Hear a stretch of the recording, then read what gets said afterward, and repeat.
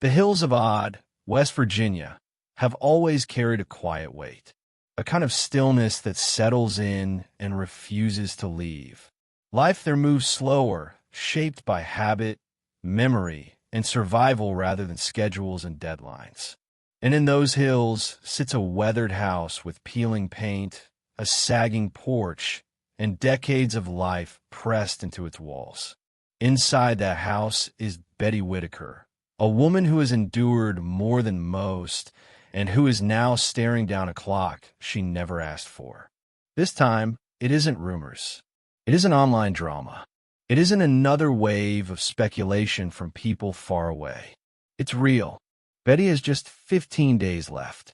The letter came without ceremony. No call, no knock at the door. Just a plain envelope slipped into the mailbox, folded and official, carrying words that changed everything. The notice was short and direct. There was no space for compassion, no acknowledgement of circumstance. The septic system violation remains unresolved. 15 days remain to correct the issue or vacate the property.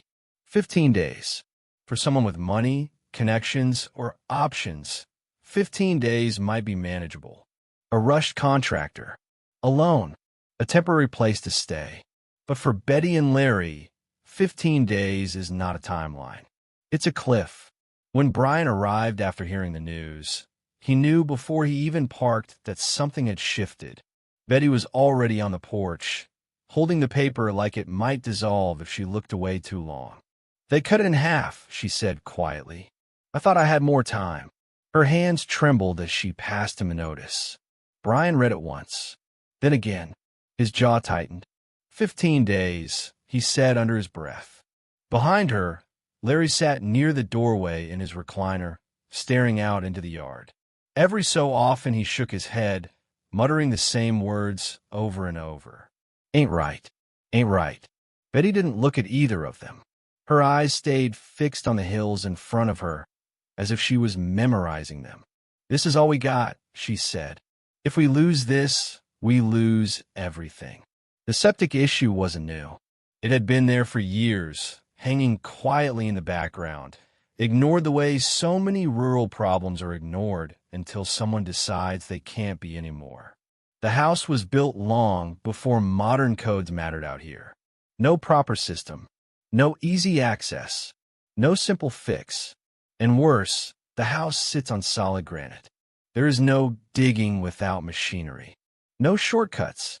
No cheap solution. Contractors who came out shook their heads before they even finished walking the property. One estimate after another landed on the table like a sentence. 7,000, 8,000, more. Money Betty has never seen in her life. "I don't even got $300, she said one afternoon, her voice flat. "What they want me to do with 15 days. Brian tried to explain it online, carefully choosing his words. "This ain't about neglect," he said. "This ain't about laziness. This house is sitting on rock. You can't just drop a tank in and call it done. You're talking heavy equipment, blasting, permits. And even if Betty had the money, you couldn't get it done in 15 days out here." The response was immediate. Shock, anger, sympathy, offers of prayers and help. But 15 days doesn't stretch just because people care. In Odd, word traveled fast. Neighbors talked quietly. Some said the state was just enforcing the law. Others said the timing felt cruel beyond reason. "Why now?" one woman asked. "Why after everything they've already been through?" Inside the house, the mood shifted day by day. Betty stopped making full meals. The calendar on the wall became an enemy. Every morning, she crossed out another number with shaky blue ink. 14 days, she whispered one morning. 13. Larry grew quieter. He slept more. When he spoke, it was usually the same sentence. "They don't care if we end up nowhere." Another state worker came by. Clipboard. Polite voice. Empty reassurance. "We're just checking on progress," he said. Betty didn't invite him in. "There ain't no progress," she said. "I told y'all I don't have the means." He nodded like he'd heard it all before. The deadline still stands. She asked the question she already knew the answer to. What happens if we can't fix it? He hesitated. Relocation procedures will begin. To where? She asked. We'll cross that bridge when we get there. After he left, Betty sat down hard on the porch steps, the fight draining out of her all at once. You ever notice, she said quietly to Brian later, how they always got a plan for what they're taking, but never one for where you're supposed to go? At night, the house felt heavier. The walls closed in. Every sound felt louder. Betty smoked more than she had in years, staring into the dark. I've been strong my whole life, she said one night, but I'm tired of proving it. Another envelope arrived. A contractor estimate, $7,850. She didn't cry. She didn't yell. She just stared. Might as well be $1 million, she said. Online, people argued. Should there be a fundraiser? Who would control it? What about past donations? What about Eric? Where did the money go before? None of it helped Betty count fewer days. Brian said it plainly. All that history don't fix a septic system. Betty needs help now, not explanations. By day 10, the pressure was visible. Betty talked about leaving voluntarily just to avoid being forced. Maybe I go stay somewhere for a bit, she said. I don't want them dragging us out. Brian pushed back gently. You shouldn't have to disappear to make this easier for them. She smiled sadly. People like us always do. Local media started asking questions. The county repeated the same line. Environmental health standards must be upheld. When Betty heard that, she laughed bitterly. How healthy you think I'll be sleeping in a car? 15 days became 10. 10 became 8. Each morning felt like waking up already late. The internet buzzed louder, but solutions stayed just out of reach. Paperwork, waiting lists, programs that took months, not days. And through it all, Betty stayed where she'd always been. On her porch, in her home, refusing to leave quietly. They might take the house, she said, but they ain't taking me without a fight. 15 days, and the clock is still ticking. The morning after Betty crossed off another day on the calendar, the house felt smaller. Not physically smaller, but heavier, as if the walls themselves were counting down alongside her. 10 days were gone. 5 remained. Every sound carried weight now. The hum of the refrigerator, the creak of the porch boards. Even the wind moving through the trees felt like a reminder that time does not stop for anyone, especially not for people with nothing left to give. Betty woke up before the sun, the way she had for most of her life. Old habits don't fade just because fear takes their place. She made coffee with shaking hands, poured it into the same chipped mug she'd used for years, and sat at the table staring at the contractor estimate like it might somehow change overnight. $7,850. She didn't bother rounding it anymore. The number had burned itself into her mind. Larry shuffled into the kitchen not long after, his steps slow and uneven. He didn't ask what day it was. He already knew. The calendar was impossible to ignore now, marked in thick blue XS like warning signs. How many left? He asked quietly. 5, she said. He nodded and lowered himself into the chair, rubbing his hands together like he was trying to warm them, even though the house wasn't cold. They ain't even trying to work with us, he muttered. Betty didn't respond. She didn't trust her voice anymore. Later that morning, Brian arrived again. He didn't knock. He never did anymore. He just called out softly from the yard before stepping onto the porch. Betty was already sitting outside, bundled in a sweater, watching the gravel road like she was expecting something to come up it. You didn't sleep, Brian said. She shrugged. What's sleep gonna do? He sat beside her, careful not to crowd her space. He didn't pull out his camera. He hadn't been filming much lately. Not because the story wasn't important, but because Betty didn't feel like a story anymore. She felt like a person running out of ground beneath her feet. I made more calls, he said. County office. A rural assistance program. even a church group in Beckley. And, she asked, they all say the same thing. Applications take weeks. Inspections take time. Nobody moves fast enough for 5 days. She let out a short, humorless laugh. Figures. Brian hesitated. There's one thing. She looked at him then. There's talk online about starting a fundraiser again. People are asking, but you know how that goes. People don't trust it anymore.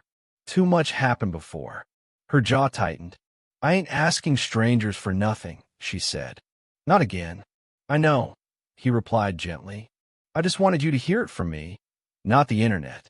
By noon, another state worker arrived. Different face. Same clipboard. Same polite distance. Miss Whittaker, she said, glancing around. We're following up. Betty didn't invite her onto the porch this time. I told y'all everything already, she said. Nothing's changed. The woman nodded, scribbling something down. We understand this is stressful. Do you? Betty shot back. Because it don't feel like it. The worker cleared her throat. If there's no proof of a signed contract or deposit by the deadline, the relocation process will proceed. Relocation, Betty repeated. Like this is a vacation. We'll discuss placement options when the time comes. When the time comes, Betty echoed. You mean when the clock runs out? The woman didn't answer that. She just nodded again and walked back to her car. After she left, Betty's shoulders sagged like she'd been holding herself upright on pure stubbornness alone. They talk like we're boxes, she said. Just move us somewhere else. Brian clenched his jaw. You're not boxes. That ain't how they see it. That afternoon, the internet got louder. Clips were shared. Posts were made. People argued in comment sections about responsibility, about land ownership, about who failed who first. Some blamed the state. Some blamed past helpers. Some blamed Betty herself for living the way she had for decades. She didn't see most of it. Brian shielded her from what he could, but bits slipped through. Why didn't they fix it earlier? Where did all the donation money go? This is why you don't get involved with people like that. Betty heard enough. People always got answers when it ain't their life, she said quietly. On day 4, a local pastor stopped by with a bag of groceries. No camera, no speech, just a soft prayer on the porch and a promise to check back in. I wish prayer fixed pipes, Betty said after he left. Brian smiled sadly. Me too. That night, Betty packed a small bag. Not because she planned to leave, but because the thought of being forced to without anything ready terrified her more than the idea of going. She folded clothes slowly, placed them carefully. Her movements were methodical, like she was preparing for something she refused to accept. Larry watched from the bed. You leaving me? He asked, half joking, half afraid. She stopped and looked at him. Don't you ever say that. I ain't going nowhere, he said. They're gonna have to drag me. She nodded, swallowing hard. I know. Day 3 came with rain. A steady drizzle that soaked the yard and made the hills look darker, heavier. This figures, Betty muttered. Even the sky knows. Brian showed up again, soaked through, carrying a folded piece of paper. I talked to a contractor, he said. He can't do the work in time, but he wrote a letter stating the difficulty. Sometimes that helps by time. Time for what? She asked. For the system to maybe slow down, he said, though he didn't sound convinced. She took the paper and read it slowly. Her hand shook again. This don't fix nothing, she said. No, he admitted, but it might show effort. Effort. She had spent her entire life making effort. That night, Betty sat alone on the porch long after everyone else had gone. She stared at the hills, the same hills she had watched through good years and bad, through laughter and loss.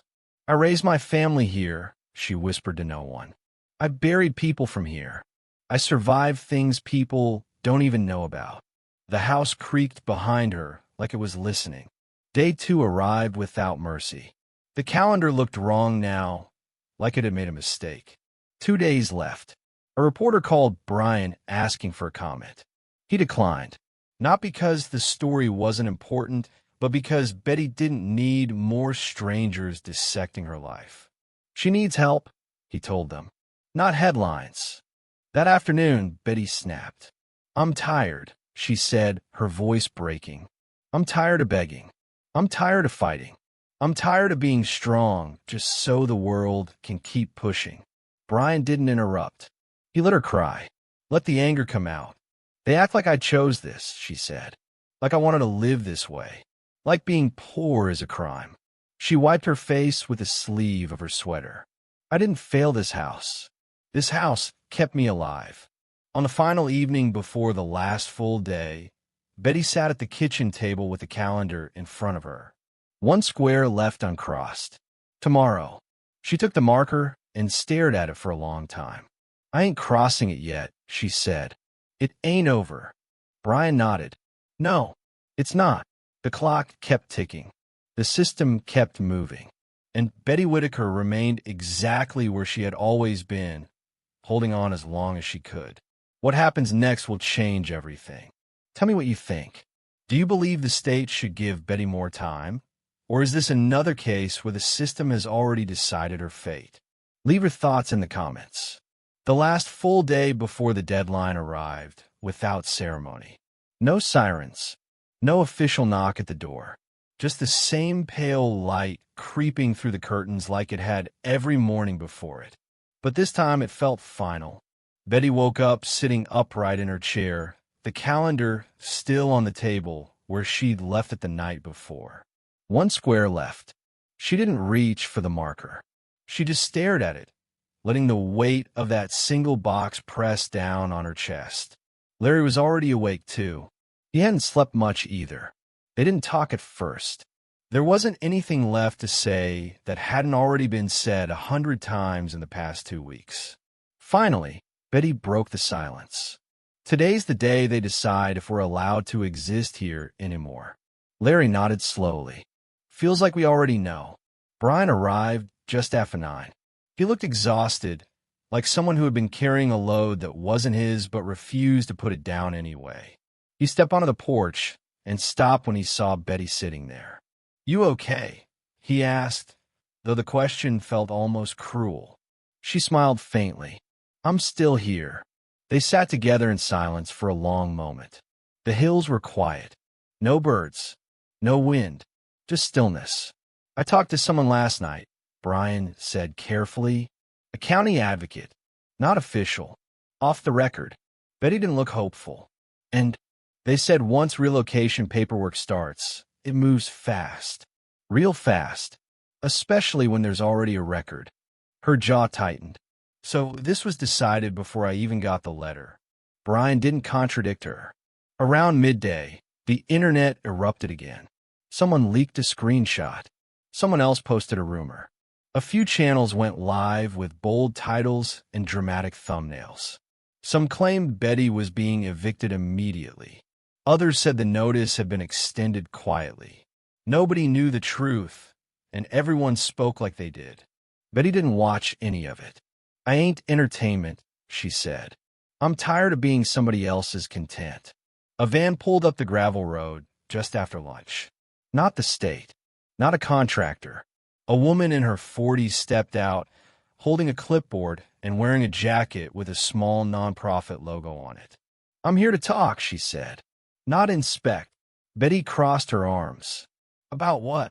Options, the woman replied gently. They talked on the porch. No cameras. No paperwork signed. Just words. Temporary housing. Emergency placement. Assisted living. Shelters. Each option sounded worse than the last. I ain't gonna no shelter, Betty said firmly. I ain't sleeping in a room full of strangers. The woman nodded. I understand. I just need you to know what's available. And what ain't? Betty asked.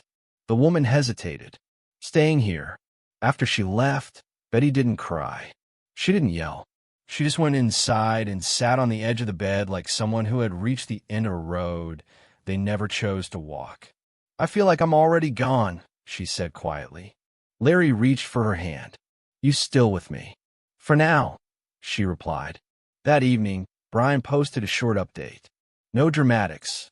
No accusations. Tomorrow is the deadline, he said plainly. No extension has been confirmed. Betty and Larry are still in the home tonight. That's all I can say. The comments exploded. This is heartbreaking.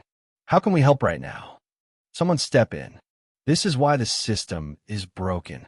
One message stood out. It was simple. If they force her out, that's on all of us. Brian read it twice before closing his laptop. That night, Betty walked through the house slowly. She touched the wall near the doorway. The old table. The window she used to watch storms roll in. Every object carried memory. I don't remember a time I wasn't here, she whispered. Even when I left, I came back. She sat on the porch one last time before bed. The hills were dark, but familiar. I tried, she said aloud. I really did. Morning came too soon. The sound of tires on gravel broke the silence just after 8. Not one vehicle. 2. Betty stood up slowly. This is it, she said. Brian arrived at the same time, breathless. No official order yet, he said quickly. Just talk first. 2 county workers stepped out. Calm, polite, prepared. Miss Whittaker, one said. We need to discuss next steps. Steps to where? Betty asked. Inside the house, they talked. Long sentences filled with policy language and softened phrases. Due to non-compliance. For safety reasons. Temporary relocation. Betty listened, but it all blurred together. So you're taking my house, she said finally. We're requiring you to vacate the property, the man corrected. That's taking it, she said flatly. They gave her time. Not days. Hours. You can collect personal belongings, the woman said. We'll assist with transport. Betty looked around the room. How much is personal? She asked. No one answered. Larry grew agitated. This ain't right, he repeated over and over. This ain't right. Brian stepped in gently, trying to calm him. I don't want to go, Betty said suddenly, her voice louder than she intended. I don't consent to this. The woman sighed.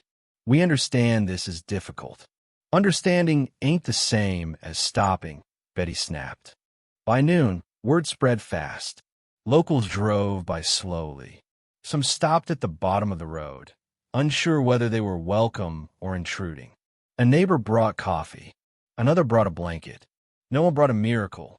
Betty packed what she could. Clothes. A few photos. A Bible with worn pages. She stood in the doorway one last time and turned back. I didn't fail you, she whispered to the house. They failed us. As she stepped onto the porch, her knees nearly buckled. Brian caught her arm. I got you, he said. She nodded, unable to speak. The vehicles waited. As Betty was helped inside, the hills stood unchanged. Silent witnesses. No sirens. No drama. Just a woman leaving the only place she had ever known as home. And the internet watched. Some cheered intervention. Some cried injustice. Some scrolled past. But for Betty Whittaker, the countdown was over. Not with relief. With loss. This isn't the end of the story. What comes next may matter even more than what was taken today. Tell me what you think. Was this necessary protection, or a system that waited too long and acted too hard? Share your thoughts in the comments. The first night away from the house didn't feel real to Betty. The room she was placed in was clean, quiet, and unfamiliar. White walls, a narrow bed, a window that faced a parking lot instead of the hills.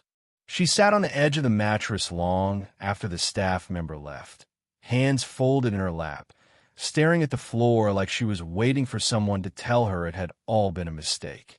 Larry paced. He kept asking the same questions. When do we go home? Who's got the keys? What about the porch?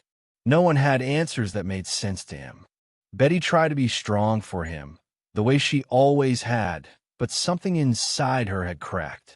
Not loudly, quietly. The kind of break that doesn't scream, just drains. They took it, she whispered to herself. They really took it. The next morning came with paperwork. Forms. Signatures. explanations that felt rehearsed, temporary placement, evaluations, future planning. The words stacked on top of each other until they stopped sounding like English. Betty signed where they pointed, not because she agreed, because she was tired. Brian arrived later that day. He wasn't allowed into the room at first. Policies, procedures. Eventually, they let him sit with her in a small common area. He didn't bring a camera. "I'm sorry," he said quietly. She looked at him, eyes glassy but dry. "I know you tried. I should have done more." She shook her head. "This was bigger than you, bigger than me." For a moment, neither of them spoke. Then she said something that stopped him cold. "They didn't just take my house. They took my job." Brian frowned. "Your job?" "My purpose," she corrected. "I took care of everybody. That's what I did. Now who am I?" That question didn't have a place on any form. Outside, the internet was doing what it always did when a story reached its peak and turned uncomfortable. Some people celebrated. She's safer now. This was necessary. The state did the right thing. Others were furious. They destroyed her. She needed help, not removal. This is cruelty dressed as care. Comment sections turned into battlegrounds. Videos broke records. Reaction channels dissected every frame of old footage, every word Betty had ever said, every mistake she'd ever made. But Betty wasn't watching. She was learning how to exist in a place where no one needed her to boil water, stack wood, or keep track of who had eaten. The days blurred together. Larry struggled more than she did. He became withdrawn, then agitated. He asked to leave constantly. He didn't understand why he couldn't walk outside when he wanted or why the doors locked automatically. Betty sat with him as much as she could. "It's just for now," she kept saying, even when she no longer believed it. At night, she dreamed of the house. Not as it was at the end, but as it had been years ago. Laughter, movement, familiar chaos. She woke up reaching for sounds that weren't there. A week passed. Then two. Brian continued, updating the public carefully now. No accusations. No speculation. Just facts when he had them. "Betty is safe," he said in one video. But safe doesn't always mean okay. Behind the scenes, meetings were happening. Evaluations. Guardianship discussions. Long-term placement possibilities. Words like return were no longer used.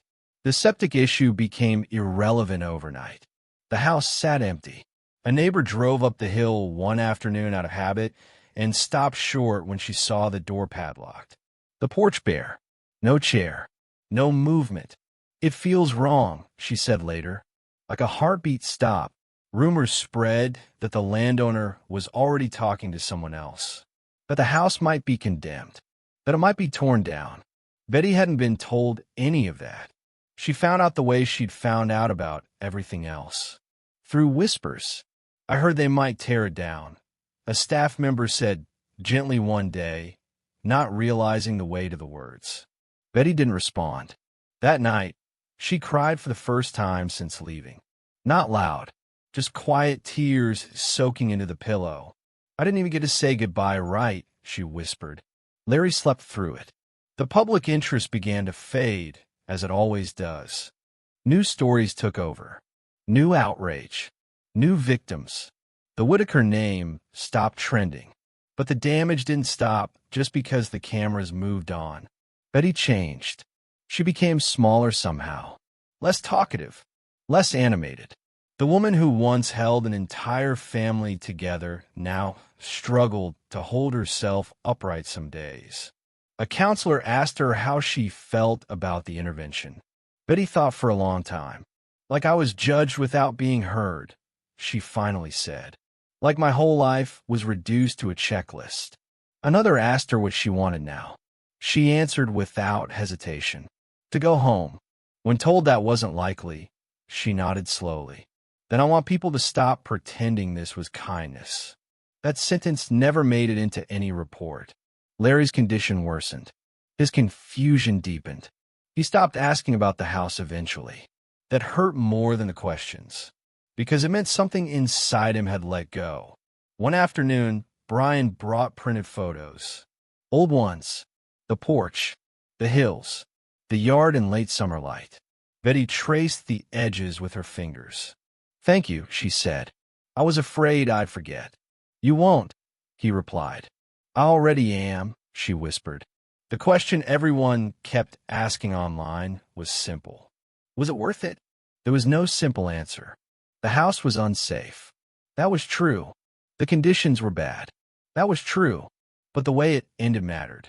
And for Betty, the ending felt like punishment for surviving too long without resources.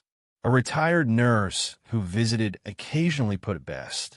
She needed support years ago, not removal at the finish line. As weeks turned into months, Betty adjusted on the surface. She followed routines, ate meals, took walks when allowed, but something essential never returned: the sense of ownership over her own life. She had become someone else's responsibility, someone else's case, someone else's decision, and that loss didn't show up on any safety report.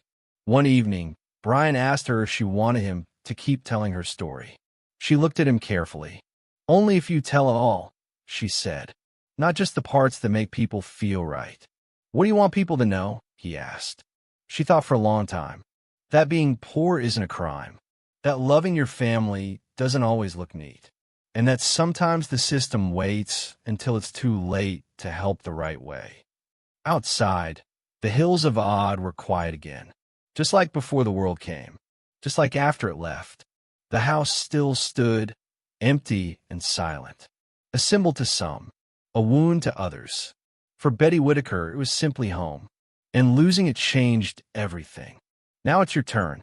Do you believe this intervention protected Betty?